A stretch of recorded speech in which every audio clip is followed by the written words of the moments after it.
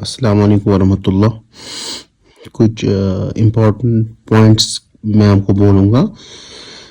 उससे पहले आप हर एक चैप्टर के एमसीक्यूज ये याद रखिए, इंशाल्लाह मोस्ट प्रॉब्ली ये यही होंगे। सबसे पहले है हमारा ये रियल नंबर्स। इसमें आप जो प्राइम फैक्टराइजेशन है हर एक की वो आपको आनी चाहिए। फॉर एग्जांपल 140 है, इसके प्राइम ये ना ये फैक्टर्स आप निकालेंगे तो इसमें इस तरह के एमसीक्यूज होंगे। और दूसरा ये if p is a prime number and a is any positive then p divides. तो अगर p प्राइम नंबर है और तो p a को भी डिवाइड करेगा, a स्क्वायर को भी, a पावर ये 3 को भी, a पावर ये 4 को भी। ओके, इसी तरह ये वाली फॉर्मूला आपने पढ़ी होगी, LCM into HCF is equal to product. तो यहाँ से HCF का वैल्यू आ सकता है A into B divide by LCM of AB। तो LCM भी आ सकता है A into B divide by HCF of AB। Okay, उसी तरह ये सबसे इंपॉर्टेंट है, if P Q are two prime numbers then LCM of P Q is वो आएगा P इंटू Q। अच्छा ठीक, इसी तरह LCM और HCF, अगर आपको कभी भी HCF ऑफ टू नंबर से निकालना है और वो दोनों आपस में ये को प्राइम है तो ये याद रखना है उनका HCF हमेशा होगा इक्वल टू ये 1। HCF कभी भी 0 नहीं होगा। अब अगर क्वेश्चन आएगा what is the HCF of 0 and any number, तो आपको उसका लिखना है ये नॉट बी पॉसिबल, वहां पर एक ऑप्शन होगी। उसके बाद है पॉलिनोमियल्स। पॉलिनोमियल्स में आपको सबसे इंपॉर्टेंट है क्या polynomial of degree 1, a polynomial of degree 2, a polynomial of degree 3। और ये याद रखना है कि a polynomial of degree n has n roots, ये सबसे इंपॉर्टेंट है। ओके, उसी तरह पॉलिनोमियल्स में ये इंपॉर्टेंट है कि इसमें कितनी जीरोज है, 1 2 3 4, ये पहली एक्सरसाइज है। और इसी तरह आपको याद रखना है जो क्वाड्रेटिक पॉलिनोमियल है उसका जो ग्राफ है वो पैराबोला होता है, वो कर्व होता है, उसकी शेप होती है u। इसी तरह अगर इसके आपको ये जीरोज निकालने तो x square minus 3 equal to ये 0 -3 हो जाएगा, यहाँ शिफ्ट हुआ +3 तो x equal two plus minus √3। इसी तरह अगर हमें ये जीरोज निकालने हैं किसी कर्व के तो वो आपको पता है हम एक्स एक्सिस पे वो काम करते हैं इसमें। उसके बाद हमारा ये थर्ड चैप्टर वो है लीनियर इक्वेशन। आपको पता है कि जो हमारे पास ये लीनियर इक्वेशंस हैं उस जो सबसे इंपॉर्टेंट है वो है कि अगर आपके पास इक्वेशंस हैं ये कब इंटरसेक्टिंग होती हैं, अगर इंटरसेक्टिंग हो तो इनका सॉल्यूशन ये यूनिक होता है, अगर इनका सॉल्यूशन ये यूनिक हो तो इनको हम बोलते हैं कंसिस्टेंट। इसी तरह आप ये याद रखोगे। ओके, इसी तरह अगर आपके पास ये इक्वेशंस हैं तो इंटरसेक्टिंग कब होंगे और पैरेलल कब होंगे। इसी तरह सबसे important for what value of k thus these two equations are inconsistent। तो आपको a1 by a2 is equal to b1 by b2, वहां से आप ये k का वैल्यू निकालोगे। ये सबसे इंपॉर्टेंट है इन ये लीनियर इक्वेशन। उसके बाद हम आएंगे क्वाड्रेटिक इक्वेशंस में। सबसे पहले which of the following are ये क्वाड्रेटिक इक्वेशंस। अगर इसका हाईएस्ट पावर होगा इक्वल टू 2 तो ये क्वाड्रेटिक है। और ये डिस्क्रिमिनेंट वो पता है डिस्क्रिमिनेंट कैसे निकालते हैं, ये b स्क्वायर माइनस 4ac। इसी तरह quadratic equation has two equals, वो कब होंगे जब डिस्क्रिमिनेंट इक्वल टू ये 0। डिस्क्रिमिनेंट का मतलब होता है b square minus 4ac।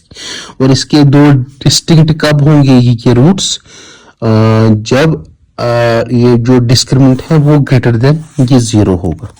Okay, तो ये सबसे इंपॉर्टेंट है। इसी तरह फिर हम आएंगे AP पे, अरिथमेटिक प्रोग्रेशन पे। इसमें आपको पहले दो फॉर्मूलाज रखनी है याद, an वाली is equal to a plus n minus 1 into d, और sn वाली sn is equal n by 2 two a plus n minus 1 into d. और इनमें कॉमन डिफरेंस कैसे निकालते हैं, आपको एक सीक्वेंस ये दी जाएगी, उसे बोलेगा ये AP में है कि नहीं, जो AP की पहली एक्सरसाइज है उसी में से MCQ है। और ये 30th term of the AP ये बुक का ही ये क्वेश्चन है। ओके, ये यहाँ तक हमारे 5 चैप्टर्स कंप्लीट हो गए। उसके बाद है हमारे पास ये ट्रायंगल, इसमें आपने बेसिक प्रोपोर्शनलिटी थ्योरम बोलो, ये हेलिस थ्योरम बोलो, इसका स्टेटमेंट ये याद होना ये चाहिए। उसके बाद जो इसकी पहली एक्सरसाइज है ना, all circles of different ready, क्या वो कॉन्ग्रुएंट होगी या सिमिलर होंगे, या कौन सी ट्रायंगल्स होंगी ये सिमिलर इक्विलेटरल, क्योंकि उनके एंगल्स इक्वल होते हैं। मतलब जो उसकी पहली एक्सरसाइज है ना ये ट्रायंगल्स की, उसमें वो एमसीक्यूज आप अच्छे से करोगे याद। उसके बाद है सबसे इंपॉर्टेंट, वो है ये कोऑर्डिनेट की ज्योमेट्री। उसमें आप ये 3 फॉर्मूलाज रखोगे याद, ये डिस्टेंस फॉर्मूला, ये सेक्शन फॉर्मूला और ये मिड पॉइंट ये फॉर्मूला। ये कोऑर्डिनेट पॉइंट्स आपको पता है विच लाई इन ए स्ट्रेट लाइन। ओके, इसी तरह हमें ये डिस्टेंस निकालनी है, दिस पॉइंट एंड ओरिजिन, ये भी आपको खुद ही आएगी। Okay, by using the distance formula. उसके बाद हमें ये ट्रिग्नोमेट्री, उसमें आपको याद होनी चाहिए वो 3 formulas, 1 + tan square theta is equal to sec square की थीटा, और अगर cos ये है तो sin क्या होगा। ओके, और जो पहली एक्सरसाइज का आखिरी क्वेश्चन और क्वेश्चन नंबर, और दूसरी एक्सरसाइज का आखिरी क्वेश्चन, जैसे the value of sine increase as theta decrease, ये ट्रू है फॉल्स है, ऑब्वियसली है true. The value of sine exceeds 1 false, ये याद रखना है कि जो साइन और कॉस है ये साइक्लिक के फंक्शंस हैं, इनका जो इनकी ये वैल्यूज है वो -1 to +1 के वेरी होते हैं। ठीक है, तो 1 से ज्यादा एक्सीड तो होगा नहीं। तो इसी तरह जो भी क्वेश्चन नंबर 1 के आखिरी पार्ट्स, क्वेश्चन नंबर 2 के आखिरी पार्ट्स, और उसके बीच में जो एमसीक्यूज है वो आप ये याद रखोगे। उसके बाद एप्लीकेशंस में भी एमसीक्यू आता है, लेकिन उसमें 3 ही एमसीक्यू आते हैं। वो क्या है, ये define angle of elevation, define angle of depression, और डिफाइन एंगल ऑफ ये लाइन ऑफ की साइट। ओके, ये था एप्लीकेशंस ऑफ इंटीग्रल्स में, एप्लीकेशंस ऑफ ट्रिग्नोमेट्री में। ओके, तो हो गई ये। उसके बाद हमारा ये सर्कल्स, सर्कल्स में आपको ये याद रखना है कि टेंजेंट किसे कहते हैं, a line which touches the circle at one point, और ये सेकेंड किसे कहते हैं, a line which touches the circle at 2 points। Okay, इसी तरह एक सर्कल को हम कितने टेंजेंट्स डाल सकते हैं, इनफाइनाइट, और कितने पैरेलल टेंजेंट्स डाल सकते हैं, ओनली ये 2। ठीक है, ये चीजें आपको याद रखनी है। ओके, मतलब मिनिमम ही क्वेश्चन इसमें आते हैं। एरिया रिलेटेड टू सर्कल्स में आपको ये 3 फॉर्मूलाज रखनी है याद। First, what is area of key sector? Theta by 360 into pi r square. What is the length of arc? Theta by 360 into 2 pi r. उसके बाद what is area of ये segment? For example, तो area of a sector minus area of triangle. तो यही इसमें है, इसमें और कुछ नहीं है। इसमें आपको ये रेडियस और एंगल देंगे, तो उसमें से आपको ये निकालना पड़ेगा। उसके बाद है आपका सबसे इंपॉर्टेंट फैक्टर, वो है वॉल्यूम एंड सरफेस। ये वॉल्यूम एंड सरफेस में आपको फॉर्मूलाज होनी चाहिए यार। व्हाट इज ये वॉल्यूम ऑफ ये cylinder, what is surface area of cylinder, curve total, फिर कोन, फिर स्फीयर, फिर हेमिस्फीयर, फिर क्यूब, फिर क्यूबॉइड, फिर आपको कोई भी सवाल आएगा। ओके, जैसे total surface area of hemisphere ये 3 pi R square, what is the surface area of ये स्फीयर 4 पाई आर स्क्वायर, क्योंकि जो पूरा स्फीयर होता है उसमें कर्व नहीं होता है, उसमें टोटल, तो वॉल्यूम तो यही आते हैं इसमें। उसके बाद हमारा सबसे इंपॉर्टेंट वो है स्टैटिस्टिक्स। इसमें आपको याद रखना है कि अगर आपके पास कुछ ऑब्जर्वेशंस है, ओके, तो उनका आपको निकालना है मोड। मोड पता है आपको किसे कहते हैं, मोड उसे कहते हैं उस ऑब्जर्वेशन को विच ऑफन रिपीट्स। तो अगर आपको फॉर एग्जांपल कुछ ऑब्जर्वेशंस ये होंगी जो उसमें रिपीट होगा, उसको कहते हैं मोड। अगर आपको उनका कभी आता है question what how can we find the mean of first 5 के नेचुरल नंबर्स। तो फर्स्ट 5 1 + 2 + 3 + 4 + 5 होल डिवाइड बाई, ये कितना है कि डिवाइड बाई 5।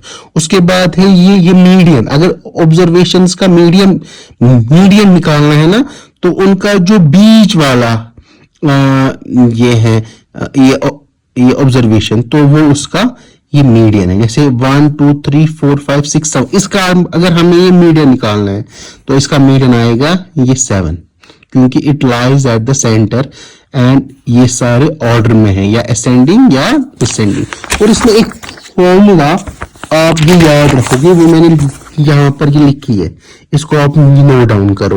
ये मोड बराबर है 3 मीडियन माइनस ये 2 मीन। इसमें क्या आपको करते हैं, आपको मीडियन और मीन वहीं से देते हैं, बोलते हैं फाइंड द मोड, या वहीं से देते हैं मोड और ये मीन, तो फाइंड द ये मीडियन। इनको खाली ये शिफ्ट करना है। ओके उसके बाद है आपका आखिरी chapter, that is probability. Probability में वही आपको कार्ड्स वाले क्वेश्चन आने चाहिए कि टोटल कार्ड्स कितने हैं। ओके अगर फॉर अब जो कुछ इंपॉर्टेंट पॉइंट्स मुझे आपको ये बोलने थे एग्जाम के लिए कि आउट ऑफ 80 आप एटलीस्ट 72 73 ये करेंगे।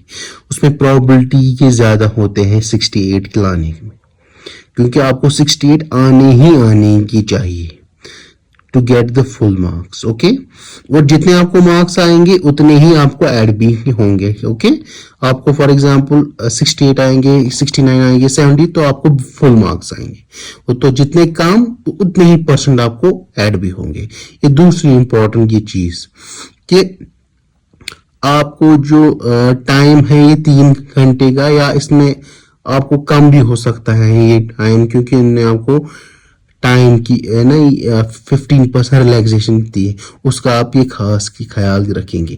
और अगर कोई क्वेश्चन फॉर एग्जाम्पल आपने कोई क्वेश्चन लिखा, ये हाफ पेज से यहां तक पहुंचा, तो अब जो दूसरा क्वेश्चन है वो यहां पर स्टार्ट नहीं करेंगे, you should start on the next page. Okay अगर कोई क्वेश्चन हाफ से ज्यादा पेज पे खत्म हुआ तो कोई क्वेश्चन आप यहां स्टार्ट नहीं करोगे।